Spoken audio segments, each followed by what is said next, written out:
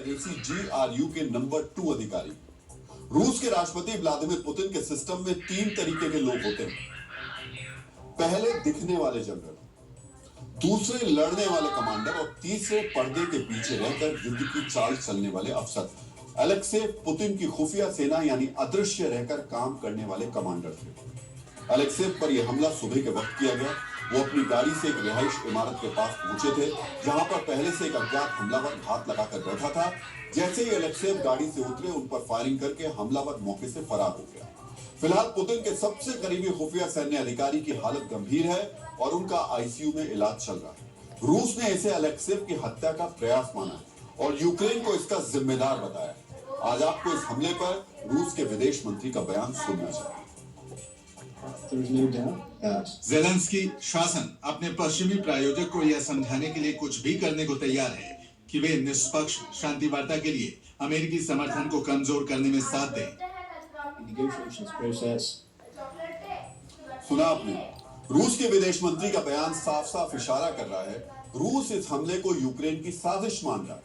इसलिए इस हमले को रूस यूक्रेन के बीच शांति के लिए बड़ा खतरा माना जा रहा है। पुतिन के करीबी जनरल पर हमले के बाद रूस ने यूक्रेन पर हमले तेज कर दिए। नाराज रूस ने आज यूक्रेन पर 400 से अधिक ड्रोन और 40 मिसाइल से हमला किया। इस हमले का निशाना यूक्रेन के पावर इंफ्रास्ट्रक्चर थे। इस वक्त यूक्रेन में तापमान 0 से नीचे चल रहा है और रूस ने अब ठंड को भी हथियार बनाना शुरू कर दिया है। यूक्रेन पर ऐसे हमलों की संख्या और बढ़ सकती है। आज आपको यह भी जानना चाहिए अलेक्सेव पुतिन के लिए इतने महत्वपूर्ण क्यों थे और इसीलिए पुतिन उन पर बहुत ज्यादा भरोसा करते हैं। मित्रों, आपको ये भी समझना चाहिए मॉस्को में अलेक्सेव पर हमले को क्यों चौंकाने वाला माना जा रहा है और ये पुतिन के लिए क्यों खतरे का अलार्म।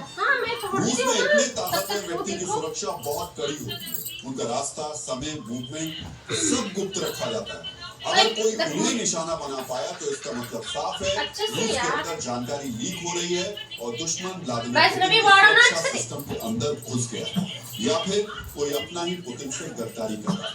इतिहास गवाह है रूस में अंदरूनी टूट हमेशा बड़े संकट लाती है। खुद राष्ट्रपति पुतिन के पीछे भी कई विदेशी एजेंसियां पड़ी हुई हैं। यूक्रेन से पुतिन को भी खतरा है। हालांकि पुतिन की सुरक्षा का घेरा अलेक्सेव से कई गुना ज्यादा मजबूत है, लेकिन सुरक्षा के सिस्टम में इस दरार को रूस हल्के में नहीं ले रहा और इसलिए माना जा रहा है अलेक्सेव पर हमले का बदला यूक्रेन के किसी हाई वैल्यू टारगेट को निशाना बनाकर लिया जा सकता है, जिससे रूस यूक्रेन जंग और ज्यादा भड़क सकती है। यानी मित्रों, हमारा अगला विश्लेषण कट्टरपंथी सोच पर केंद्रित है। कट्टरपंथियों को कानून के राज से डर होता है क्योंकि उन्हें पता है कि कानून सही ढंग से लागू होने पर उनका अतिवादी विचार